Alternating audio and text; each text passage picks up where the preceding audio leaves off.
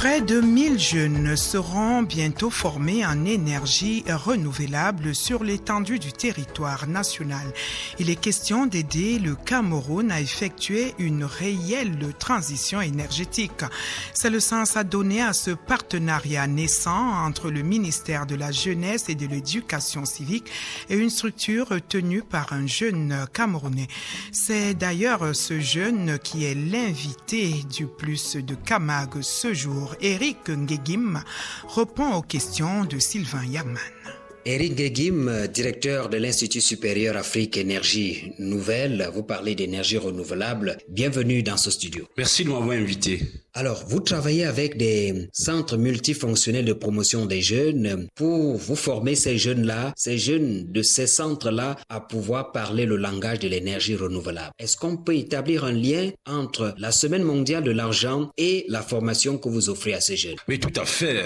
Merci pour votre question. Vous savez que l'argent, c'est un outil qui nous permet de nous épanouir. Les échanges qu'on fait dans leur quotidien, c'est l'argent qui nous permet de faire ces échanges. Aujourd'hui, dans le domaine de l'emploi, si l'emploi a du sens, c'est parce que on peut être rémunéré par de l'argent et cet argent nous permet de pourvoir à nos besoins. Donc c'est important, je pense qu'il y a un lien essentiel. Donc aujourd'hui, nous formons les jeunes dans les métiers d'avenir, donc liés aux énergies renouvelables, dans le domaine du solaire thermique, le solaire photovoltaïque, le biogaz, la biomasse, etc. Tout cela pour pouvoir donner aux jeunes ce qu'on appelle un métier d'avenir. Parce qu'aujourd'hui, avec la transition énergétique, il est important que les jeunes puissent s'orienter vers les métiers d'avenir. Et les CMPJ, avec qui nous sommes partenaires, jouent un rôle important de par leur présence dans les différentes régions et départements, par leur référencement de formation. Et nous travaillons avec eux pour pouvoir permettre aux jeunes dans le domaine des énergies renouvelables de pouvoir, à la fin de leur formation, être employés ou être dans l'auto-emploi pour pouvoir effectivement gagner de l'argent avec leur travail. Gagner de l'argent avec leur travail, comment se fait ce maillage-là? Vous êtes dans tous les centres de formation, les CMPJ du pays, ou alors vous y allez de manière progressive et peut-être avez-vous pensé aussi aux collectivités territoriales décentralisées? Oui, tout à fait. Je vais vous dire, donc,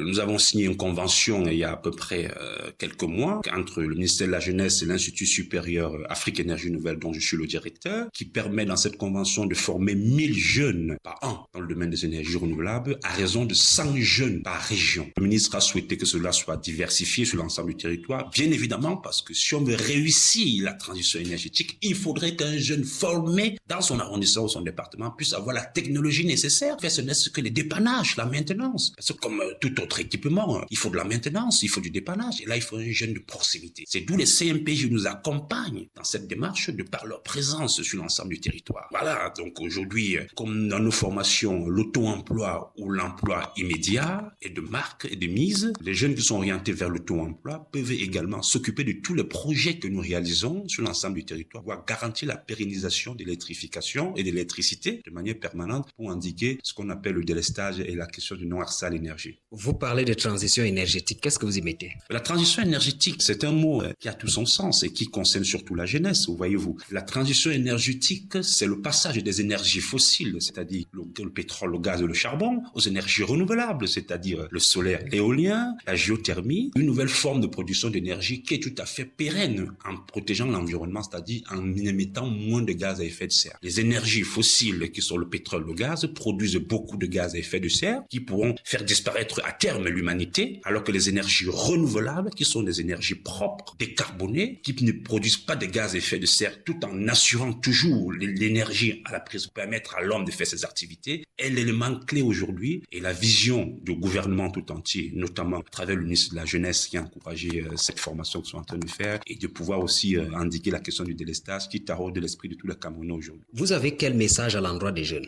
Je dirais aux jeunes de manière toute simple, le deuxième secteur au monde où il y a de la création de l'emploi, c'est le secteur des énergies renouvelables, derrière le numérique. Et le numérique et l'énergie renouvelable, ça va ensemble. Donc aujourd'hui, dans le monde, en matière d'emploi, le deuxième secteur d'emploi dans le monde, comme au Cameroun d'ailleurs, c'est le secteur des énergies renouvelables. Je demande aux jeunes de se former dans ce secteur pour être réorientés vers ce qu'on appelle les emplois d'avenir. Le monde est en train de changer. Aujourd'hui, les métiers évoluent. Et aujourd'hui, les énergies renouvelables et la digitalisation sont présents dans tous les métiers, que tu sois avocat, médecin, tout ce que vous voulez. Les énergies renouvelables sont indispensables. Donc, un jeune formé dans ce domaine ne peut pas chômer. C'est impossible puisque le monde prend un virage à 180 degrés vers ce qu'on appelle une transition énergétique. Vous parlez encore de transition énergétique. Est-ce que les jeunes que vous formez sont dans une phase de transition en ce qui concerne l'emploi ou alors ils sont employés? Très bonne question, je vous remercie pour cette question. Les jeunes qui forment chez nous sont déjà employés. Ils sont employés de manière très simple parce qu'il y a un retard entre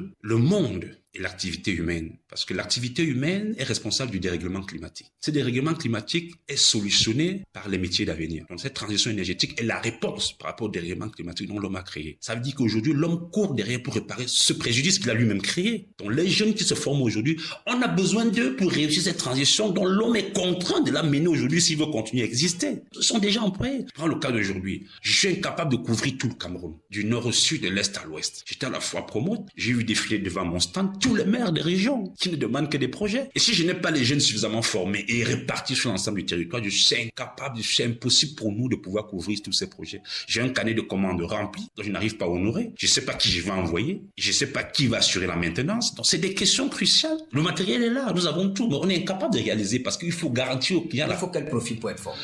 Au départ, on voulait des jeunes qui ont au minimum le baccalauréat, un bac scientifique. C'est ça qui était intéressant. Mais aujourd'hui, nous acceptons tous les profils professionnels et surtout les gens passionnés par les énergies renouvelables. C'est ça qui est important. Le minimum, c'est? Le minimum du diplôme, ça peut être le CAP, BEPC, c'est déjà très bien. Parce qu'un jeune qui peut s'exprimer peut se former. Parce qu'on forme à un emploi, voyez-vous. C'est-à-dire, c'est des techniques directement opérationnelles. C'est pas de la théorie. Donc pour nous, un jeune qui a l'esprit scientifique, qui est motivé, qui veut un emploi dans le domaine technique, peut venir se former. Moi, je vous fais des restrictions de barrières, discuter en disant, la question du profil ne veut rien dire. Mais nous avons quand même un test qu'on fait, un test pour recruter les jeunes qui est important. C'est un test d'aptitude. On appelle ça l'examen psychotechnique qui permet exactement de faire une évaluation rapide d'un jeune parce qu'il y a des jeunes, croyez-moi, qui n'ont pas fait l'université, mais qui sont des génies. J'en ai vu beaucoup. On ne peut pas leur permettre de ne pas avoir leur chance dans un projet comme celui-ci. Donc je pense qu'une évaluation est très importante pour sélectionner les jeunes, donner la chance à tous les jeunes de pouvoir entrer dans ce domaine qui est très prometteur. Et nous allons sortir par là et les centres multifonctionnels de promotion des jeunes tels que le CMPJ de référence de Yaoundé constituent de véritables incubateurs, de véritables lieux où vous allez puiser cette ressource humaine. Tout à fait, bien évidemment.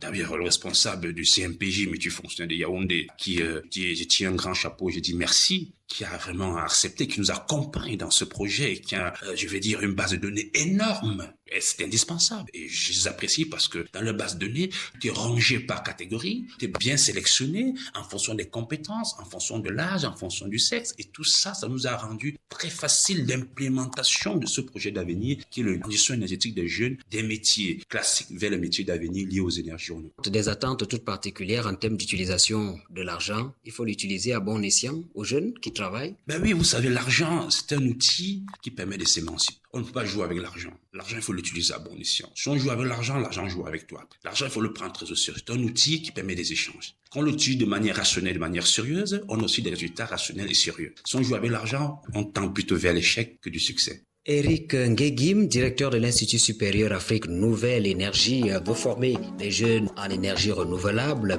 Nous vous disons merci d'avoir répondu aux questions de la CRTV. C'est moi qui vous remercie pour votre disponibilité. Merci à vous, Sylvain Yangman. C'est ce genre d'initiative qu'il faut encourager vivement d'autres partenariats. 12 heures.